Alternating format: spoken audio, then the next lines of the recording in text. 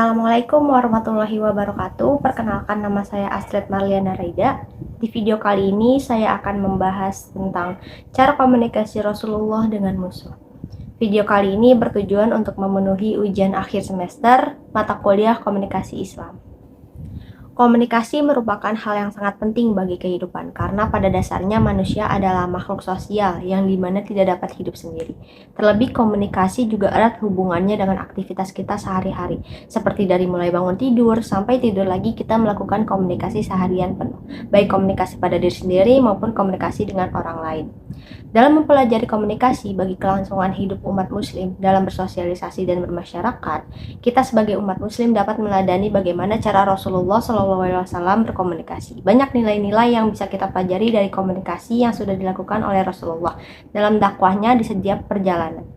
Perlunya umat Islam untuk mengikuti dan mempelajari komunikasi yang dilakukan oleh Rasulullah, karena Rasulullah adalah suri tauladan kita. Komunikasi yang dilakukan oleh Rasulullah tentunya komunikasi yang baik dan tersirat banyak pesan-pesan di dalamnya.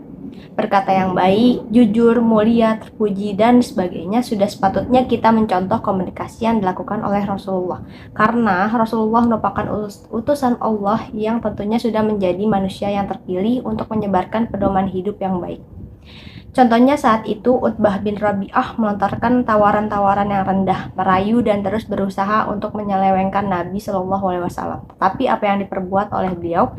Nabi tidak memutus pembicaraannya hingga Utbah bin Rabi'ah menyelesaikan pembicaranya.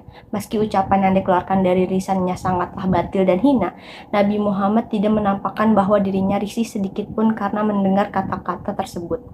Justru Nabi Muhammad SAW terus memperhatikan pembicaraan dengan penuh perhatian, hingga akhirnya Utbah bin Rabi'ah selesai bicara dan barulah Nabi SAW memulai bicaranya.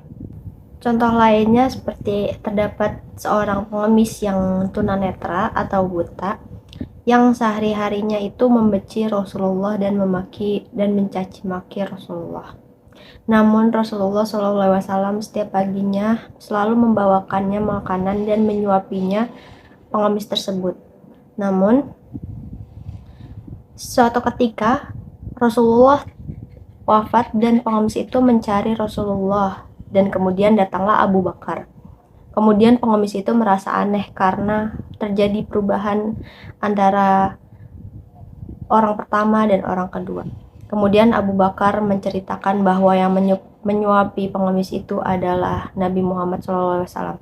Pengemis itu terkejut karena bahwa yang menyuapi makanan sehari-harinya adalah seorang yang ia benci, seorang yang ia sering caci maki. Akhirnya pengemis tersebut sedih dan menyesal telah memfitnah Rasulullah SAW, dan akhirnya pengemis tersebut masuk Islam karena akhlak mulia Rasulullah. Rasulullah merupakan seorang yang mempunyai akhlak yang mulia. Bahkan saat beliau berbicara kepada musuh pun beliau tetap bersabar dan tidak memotong pembicaraan musuhnya. Karena kita sebagai pendengar akan lebih baik jika bersikap lapang dada dalam mendengar pendapat.